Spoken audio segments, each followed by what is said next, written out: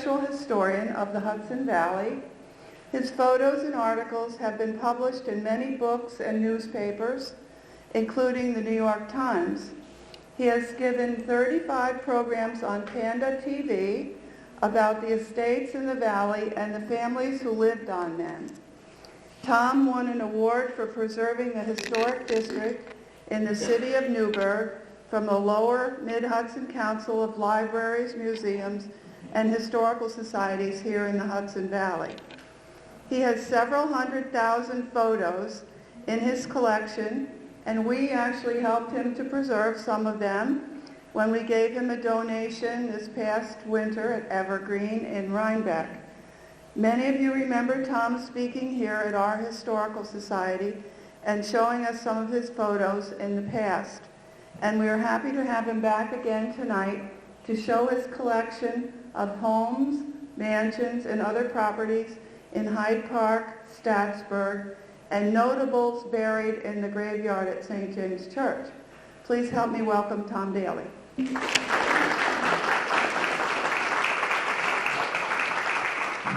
Thank you very much, Patsy. Good evening, everybody. It's a pleasure to be here in Hyde Park this evening, and I thank you all for your support at Evergreen, and I will give you a little update. I sent off 2,400 slides, and they haven't come back yet. They were sent off on Valentine's Day, so they're very, very slow in processing because they have so much work. It's out in California, so I'm anticipating they're coming. So what I wanted to do digital photography for you. I want you to see the results of some things. So a lot of these photographs were taken with my digital camera within the last 7 years when I purchased two lovely Canon cameras to do it with. And some of the things you're going to be looking at are copies of slides that I had digitalized some time ago. So I'm going to take you around through Hyde Park, Statsburg. We're going to really start in Statsburg. I'm going to start at the Mills Mansion, and we're going to take a look at a property called the Locust. We're going to show you some beautiful plaster work in Lady Hoyt's old mansion, the Point, which is now, unfortunately, in very bad condition. And we're going to look at some other things you're going to see like on the Ogden Mills estate. When we look at that, you're going to see a couple of slides after we go through the house of the landscape in front of the house when they used to have tulips there. So we're going back 60 years ago. I was told they stopped growing the tulips because the deer come and they eat them all off now, so they can't do it. But you'll also see how destructive the estate was when they bulldozed the lawns and tore it all up and put parking lots, because it'll be showing you the green grass and how beautiful that area looked at that time. So if you see me putting my fingers up, it's just to tell him to please turn the photograph to the next one. Thank you. So here we are. I think we put the lights. Could we turn the lights down a little bit? Is that possible? Oh, yeah.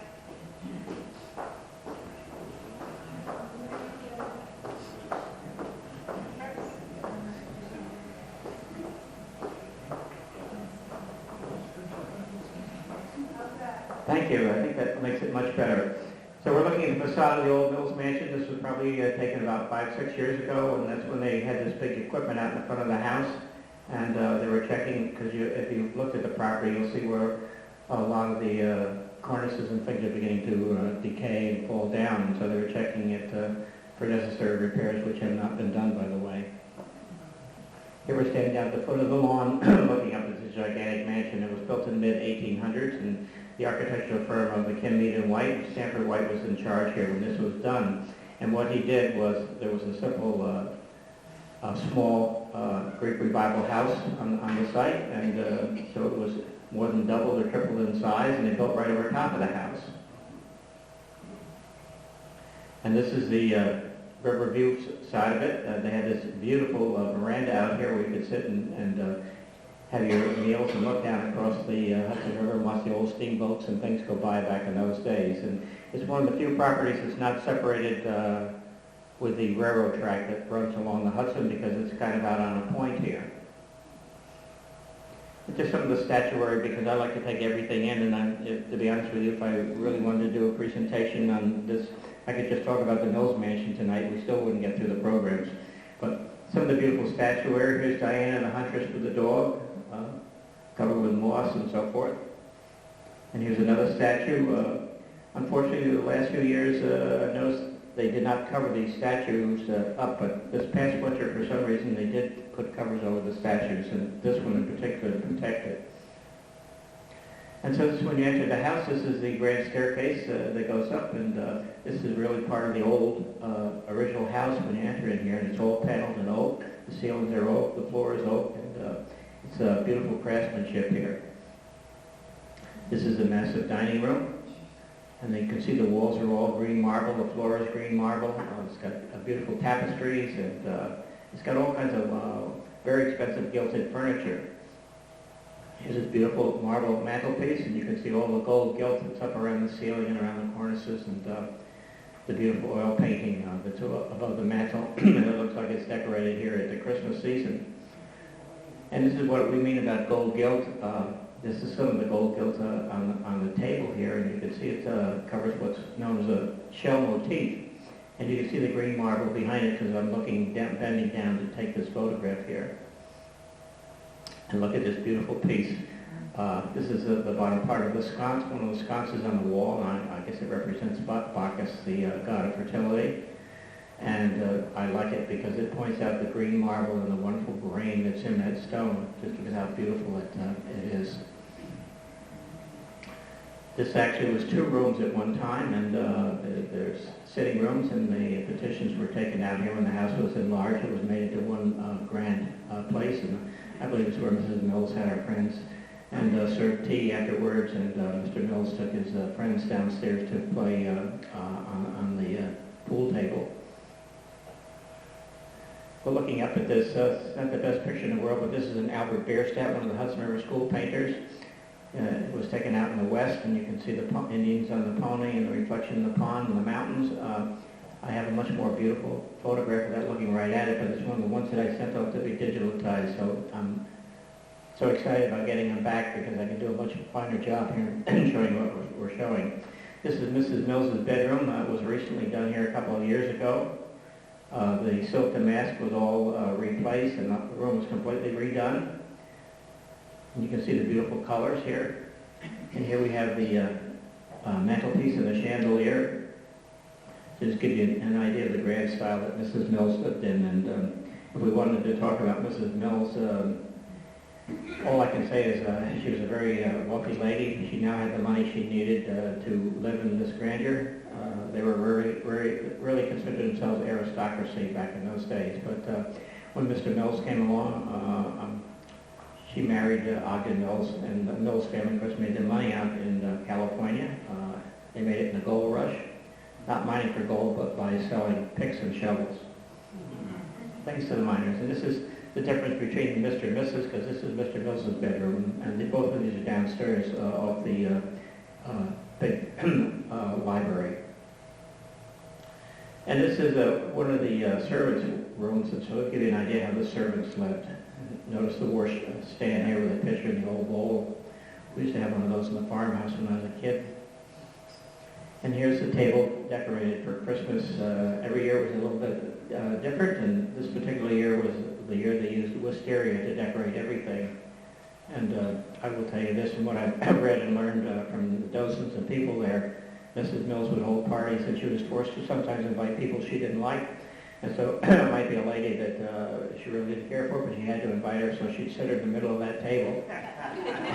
And then she'd find out, you know, who does she like and who does she not like, and she'd see people on each side of her that she knew she didn't like, and she couldn't talk to the person across the table because she couldn't even see who it was. I'll tell you. And anyway, here's one of those old slides that show you what I mean about the tulip beds that ran up all around the drives here. They were beautiful, and weather climates have changed too, because my godparents used to come up from New Jersey on Mother's Day weekend, and we've always been over here to look at the tulips. And you can see what I mean, just the road going on down, how beautiful it was. And I asked them so many years ago why they stopped planting them, and they told me the deer just run prevalent there. The herds come through there 25 and 30 at a time, and they just eat everything off, so I guess I had to give it up. I'll tell you, any of you are familiar with the Tulip Festival in Albany. I was up there Friday. I always go every year to look at the tulip beds in the park. And it's just huge, and there are tulip beds every color, every shape, imaginable all through the park, and it's one of those beautiful sights that you want to see around here. Here's what I mean about the mansion. We're standing in what's now a parking lot, and so they cut the trees here, and they bulldoze the grass up, and made parking for automobiles. And it used to be you could drive up this drive or drive out the drive, and now it's all one way coming from the other direction. And here's another wonderful view. We're standing right in the middle of blacktop, so you can see what I mean, how they've altered this. That's what's so wonderful about these old photographs, because it shows you really what it was like back in the past. And if any of you have been around as long as I have, you probably always wondered what happened to the iron gates at the entryway. And I asked repeatedly, and I got this, basically the same story. They were taken down years ago when they originally paved some of the driveway, and they wouldn't close anymore, so they took them off. And I was told they were taken up to Columbia County and put in the barns in Olana, but as you see, that's not true. These were photographed. I discovered them in the courtyard of the barns on the other side of the road, and they've been there for so long that the tarp has all rotted off of them, and they're just out in the weather rotting away and rusting. You know, that barn complex is huge, and I'm sure they had room to put them inside. I don't know why they didn't protect them better than that. It's kind of sad. Now we're just going to go a few scenes in Statsburg. This is a wonderful house next to St. Margaret's, and it was on the real estate market here. It was going up for auction, I think, a few years ago, and I thought it was a beautiful, typical house of the valley. And here's the barn and with it, with those wonderful sort of quadrophile effects on it. And this house sits behind St. Margaret's Church up on the hilltop. Beautiful home. Just imagine the vista looking right down over the village of Hyde Park, right in the center part of town here. Some lovely architectural gems in the valley here. Nancy Alden's house. Okay, thank you. You know, I have to tell you, I learn something every time that I do one of these presentations, and I appreciate your help, because sometimes I really don't know, you know. I know I found this little shed along the hiking trail along the river, and I'll show you what's inside it. There's a series of a handful of photographs here, so we'll just go on to the next one. You can see some kind of generating pump that obviously pumped water out of the Hudson River up to the old Morgan mansion. And it's because the roof hasn't leaked and the vandals haven't really discovered it or destroyed it, it's sitting there empty. But it gives you a good idea how this whole thing worked here, you know. And this is a building on the old Morgan estate there that's all abandoned. The roof's almost gone on it now. This was taken some time ago. This almost collapsed on this whole wonderful stone building. And here's another vista of it looking, you can see what I mean about the roof deteriorating here. And the trees have grown all up around it, and it's just kind of a romantic ruin sitting back there. Here's a house going into Hyde Park, and someone told me that it was the old stagecoach stop between here and Albany, so I'm not sure. This was taken quite some time ago. And here's a more recent vista of that house. And it certainly does date way back into the early days. It's really a beautiful home. This I copied from a postcard. This would have been the Episcopal Church, which is now the library. And it has a big addition put onto it, and you can see its wonderful Gothic windows here, and the board and batten running up and down, and just a quiet, very quiet, peaceful, small little chapel. And this is St. Margaret's Episcopal Church.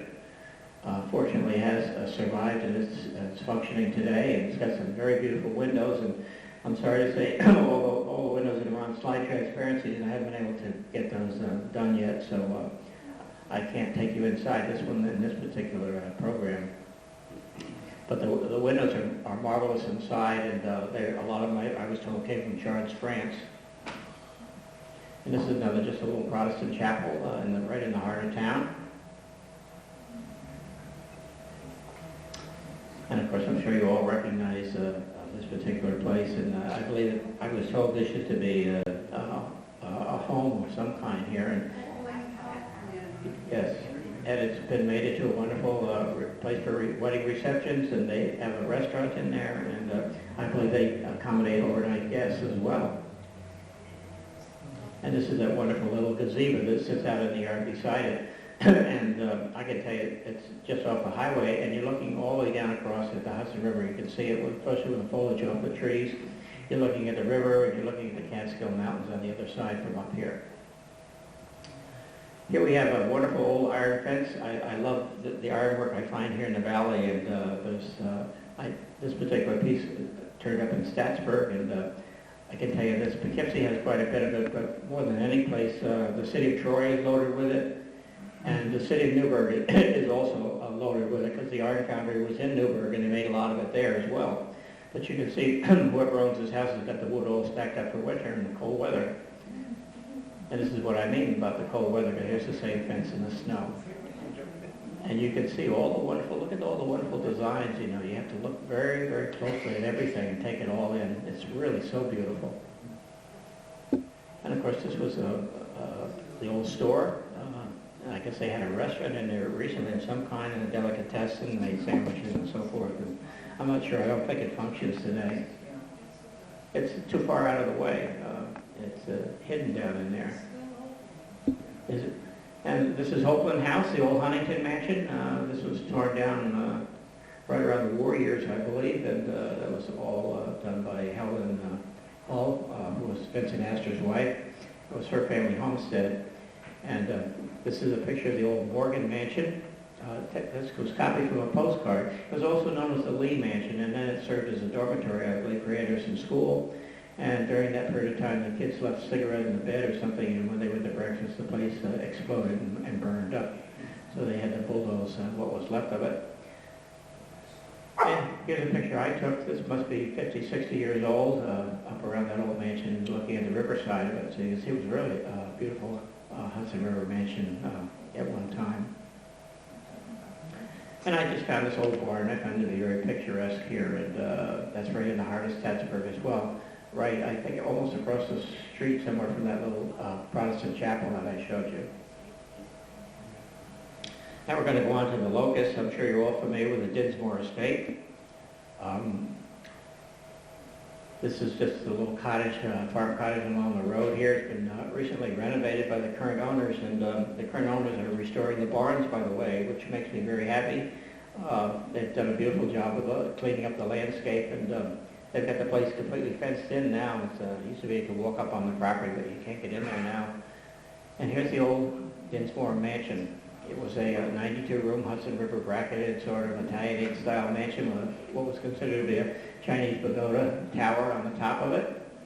Notice the finials on the roof peaks and how the bricks are laid up on the chimney pieces. And this was purchased by Mrs. Astor when she divorced Vincent Astor. She bought this back from her aunt. It was part of the family property, and unfortunately they cleaned it out and took all the antiques, and they were all carted off and disposed of and sold. And I've read descriptions of what was in the house. It was almost fantastic. And I guess we've had residents and different people come visit here. And this is what the house looked like from the back. These verandas you could sit on, and you'd be looking down over the Hudson River. And you can see why it was called a locust, because there's locust trees everywhere here. They were kind of planted back in those early days for lightning rods. Here's the barns when they were collapsing. A lot of them fell in. They lost quite a few buildings here back through the years. Jack Douglas became a friend of mine. I was acquainted with Mr. Douglas, and he took me back on the property and allowed me to take a lot of those photographs during this decaying period here. It is very, very sad. And the only thing left of this building is a back wall on the end of it with a sidewalk which held it up. This building was fairly well maintained because it was a horse stable, and most people who lived there did maintain the horses. Notice the wonderful air vents on the top, on the roof peaks. And here's another one of the buildings that's still standing. I believe this, I was told this was the boathouse. It was right down almost to the river here. Notice the board and batten, the Gothic feel again, and it had, all these barns had numbers on them, and they had a fire station with a fire truck. So if there was a fire on the premises, they knew which building they would be able to go to. And this is just another side view. You can see it had been painted a beautiful red at one time, and it's not going to survive much longer. I don't think it's on the Dinsmore property anymore. I think it's on the Hopeland property when it was broken off for parkland. And here's a mantelpiece out of that original old mansion when it was torn down. A lot of architectural effects were stored in the barns, and I photographed them, and I can't show it to you because it's one of the ones I sent out to be transferred, but this mantelpiece appeared at the auction in Red Hook when Mr. Guccione sold off all his possessions. And this is, this is one of my favorite pictures. I love this one. This one here, the barn is beginning to spread apart, and the roof is collapsed, and it's just such a beautiful, beautiful building. And I printed this, and I've given it to a few friends, and they said, "God, Tom, that's just such a fabulous photograph." I like to point out the air vents all along the rooftops here to bring air into these barns. And this was the only one that was really being maintained. It was called the piggeries, where they grew pigs back in Dinsmore's days. And I believe it was made into some kind of a sporting clubhouse at one time. And so it's still in fairly good condition. And these are the barns taken last, I just took these photographs early last summer. And you can see the steps going up in the front of the barn that weren't there before. And we got a grand tour of that. And that whole loft in the barn, all the way back through there, has been all beautifully renovated. And they can hold events, square dances, and all kinds of things in there now. When I was back in there, they were just beginning to restore the silo. And here's the house that the ex-Mrs. asked Mrs. Hull replaced it with. Nothing like what was there. I guess you could call it Baroque is what it looks like. And just to show you what the inside of the house looks like in case you have not been able to get there. This is kind of like a music room with a solarium outside there. And you can see it's very modern. The furniture is all modern, and the tapestries on the wall, and nothing resembling the old mansion. This would have been the library. And this would be a solarium, which I think this was added by Mr. Guccione when he owned the property. It is a beautiful room, it really is nice. And the mantelpiece in the living room of the building here. And if you stood out on the riverside, you're looking across the beautiful swimming pool at the mansion facing the river. And if you look the other way, you're looking right out across the Hudson River, so you can see what I mean about they have wonderful vistas here. And looking at the mountains on the other side, and the lighthouse is just down the river there. Now we're going to go to the point. This is what the mansion looked like somewhere around 1910. It belonged to Lydic Hoyt, who married one of the Gertrude Livingston, I believe, and he was also Mr. Mills's kind of an accountant, I guess, and so forth. Here's the house during its period of abandonment. Notice the multicolored slates in the roof, and it was just being allowed to overgrow here. Here's the house right after the state bought it, before they tore all the verandas off of it, what was left of them. And they hadn't yet boarded up the second floor. And I have to say, I watched this house so closely, and they did so many terrible things. And the beautiful dogwood and all those plantings in the front, they came and sprayed them with poison to kill them. They want the trees, and then didn't bother cutting them, they just sprayed them to kill them, you know. It was just unbelievable. If you look at that stone, the color in it is just marvelous. And by the way, this was all designed by Calvert Vaux. The plasterwork. So now the house is going to be restored, hopefully. They got a grant for $350,000, and they're supposed to start this spring. I haven't been back there, but they're going to spend it to put a new roof on the complex. So we'll see what happens here. Look at the architectural detailing on the main floor of this mansion. It's just unbelievable. I was told it was all redecorated by Mr. Huntington. Now I'm told that I haven't been in this room in some time, but now they have canvases and nets and so forth up to hold the plaster in place because it's falling, it's collapsing all around.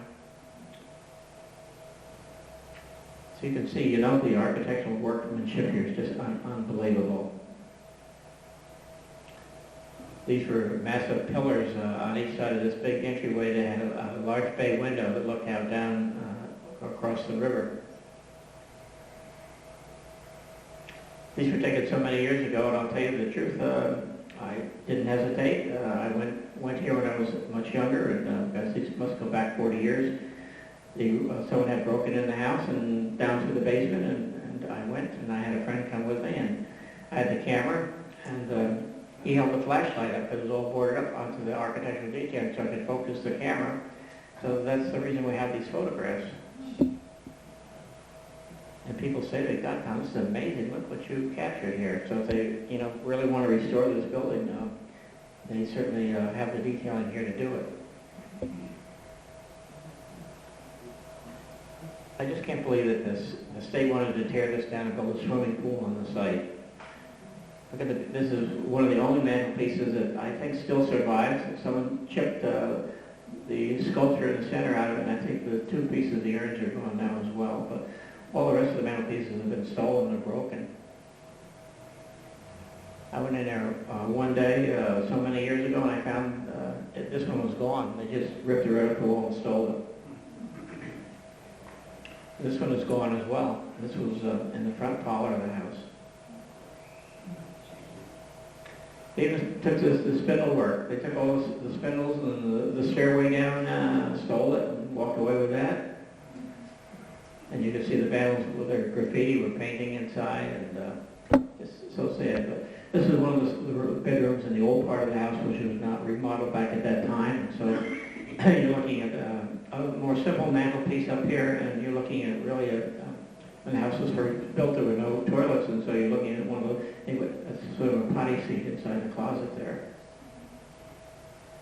And here's another picture of the house where the verandas were still on it, and it had not yet been completely boarded up. And here's just one more last shot of that house, looking at it back in that era. And look at the size of the oak trees, and you can just envision the beautiful landscape that was there. They also ripped this porch off. It was all rotting away, and I don't know whether they saved the wood down in the barn or not, but it's gone. And I always point out the barge boards or the verge boards up on the roof peaks. And this is what the house looks like today. This was taken about a year ago. And as you see, they got a fence all around it now, so you can't get at it.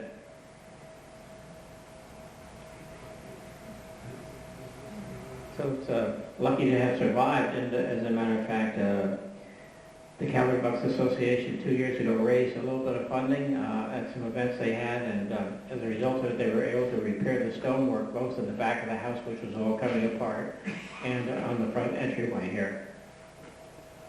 Okay, we're going to move on to Hyde Park now.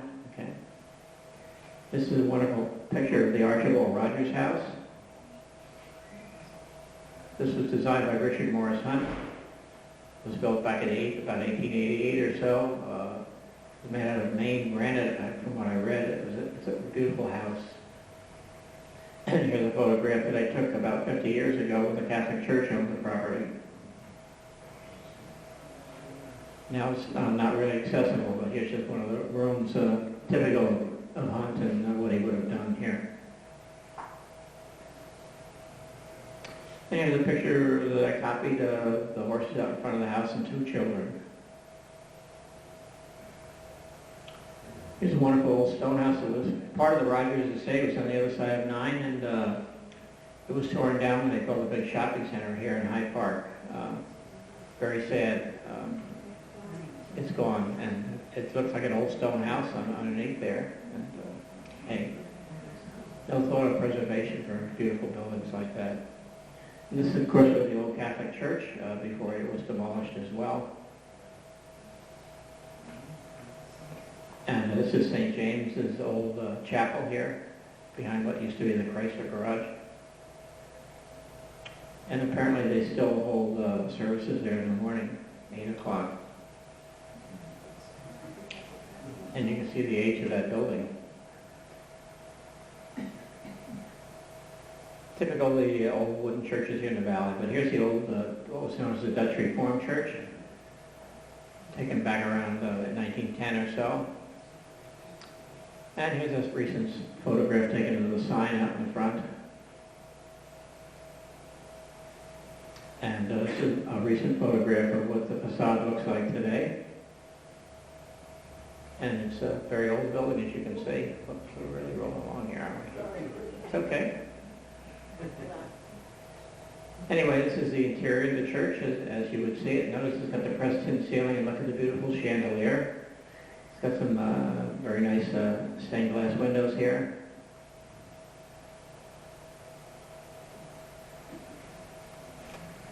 And it's got a balcony, as you can see as well. And this is, I guess, an old Hyde Parker, because it looks like he gave the land here for the church.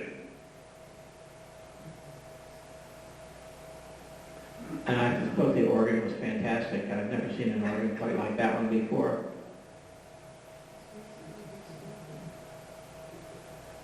And this is a picture of the old stone cottage that used to stand at the entryway to the Culinary Institute. I love that cottage. I used to ride by there. I lived on the other side of the river coming up here. One day I went by so many years ago and I said, it's not there. I did a U-turn, turned the car around and come back and no, it's not there. They demolished it. And I don't know why they took it down, but it was a charmer. Look at the birch boards and the little diamond panes of glass in the windows and just a beautiful romantic house. This is the old Newbold House, now serves as park headquarters for the National Park Service to maintain the Vanderbilts in the garden. So many beautiful flowers here. And here's a picture of the old Hyde Park Railroad Station. I guess it has a miniature railroad club or display in there now, from what I'm told. And this is St. James's Episcopal Church. It's a beautiful church. Unfortunately, I believe it was gutted by fire quite a number of years ago, so they lost a lot of those stained glass windows, but they did replace them. And just take a look. This is what's in here today. You got this beautiful blue with a little gold and red, and you got the dove of peace and in his service here and the cross. It's a beautiful window. And you can see the modern effects here, but here we have all the little children around Christ. And this is the upper portion of that window. And here we're standing in the cemetery right by the Rogers grave site, looking at the back of the church, and we'll just take a peek around here for a minute. Here we go. This is, of course, Archibald Rogers, got his estates and so forth there. And some more of the family buried here as well. And here we have Morgan Lewis, and you can see Gertrude Livingston's name on the bottom of the stone here. A lot of very historic sites here, and here's one, another one with Robert Livingston tomb and Elbridge Gerry. You know, I don't know much about Elbridge Gerry. I don't know if anybody else does or not. I know he was a millionaire, had lots of money, and I was kind of surprised to find he was buried here in Hyde Park, and it must have been related to the Livingstons, I guess. And look at the ironwork on the entryway to the tomb here. And of course, here we have Sarah Delano Roosevelt. We all are familiar with her, of course. That was Franklin's mother. She was the Delano, of course. She was the daughter of Mr. Delano, who lived in Newburgh at a property called Algonac. Here we have James Roosevelt. That's the president's father, and that's Rebecca. Rebecca was his first wife. She died shortly after the marriage. They did have one child who was nicknamed Rosie Roosevelt. I see Livingston on the big cross. I have to admit, I don't know whose tomb that is. But you can see it's a beautiful stone structure here. Now we're going out to President Roosevelt's house in Hyde Park, and this is all kind of a fake facade. It was all added onto somewhere in the somewhere between 1910 and 1915 or so. And the firm who did this name was Hoppin and Cohen. They were proteges who worked for McKinley and White and were trained under him. And they concealed a beautiful Italian old-style wooden mansion here that had a an Italian Tuscan tower on it. And here you can see this addition. You can see the old house sitting, what I say, behind it there, and right about it in that position in the center, that is where the tower was. And you can see the old wooden verandas. And of course here we have Franklin and Eleanor sitting out in their garden. I think it's a beautiful sculpture, and I like it because I take busloads of people there on tours, and they all like to sit on the bench by the president and have their picture taken. And here's the stables. Believe it or not, the stables were designed by Frederick Clark Withers. Frederick Clark Withers was a very popular architect here in the Valley. He came from England in 1851 and was brought here by Andrew Jackson Downing, and he ended up being a partner with Calvert Lux for a short period of time. And here's one of the roses in the rose garden. The rose gardens are beautiful here, especially in the months of June. They really come alive here. This is one of the original gardener's cottages here on the property. You can see it's much older. It goes back to the early house, and it's got that wonderful verge boards. It's got the finials on the roof peaks. It's got the window and door hoods, and the board and batten runs up and down, and it's all designed to blend with nature. And this is an autumn scene looking down what would have been the main driveway out to the main road here. This would have been the entryway to the estate back in those days. Now we're going to drop by and visit Frederick Vanderbilt's property here. This is a wonderful look at this house. Also a product of McKinley and White. The original mansion on the site was demolished, and this was put up to replace it. It's all done in the Italian Renaissance style, built in the 1890s as well. The ironwork is just spectacular when you look at it. You really have to slow down and look around, because so many people miss all these things. They just don't see them. Look at the Corinthian capitals, the lion's heads, and the sculpture, and the dental work along the roof peaks here. And God, it's just marvelous to think that man has the ability to sculpt and create such beautiful things here. Made out of Indiana limestone. I can't take you inside because all those photographs also have been sent off to be digitalized. But anyway, here's some of the sculpture you'll find around the property. This is on a huge veranda in the back of the house. And here's the view from the edge of that lawn, looking through the tree at the Hudson River, the mountains on the other side. Beautiful, beautiful sight here. And you're really looking right across to the old Payne boathouses on the other side there. And way down in the right-hand corner would be what was known as Mount St. Alphonse. That was another beautiful complex. I toured and photographed that here through the years as well. And that was leased to the Bruderhof, another religious group. Here's the old potting shed house where they potted the plants for the gardens. This goes back to the earlier mansion that was on the property. And here's the gardens. As I saw them a couple of years ago, when I first visited these gardens years ago, this was nothing here. It was all kind of overgrown. And it's my understanding that the garden club and other volunteers have worked to restore the gardens, and they're just getting started. They got a lot more to do here.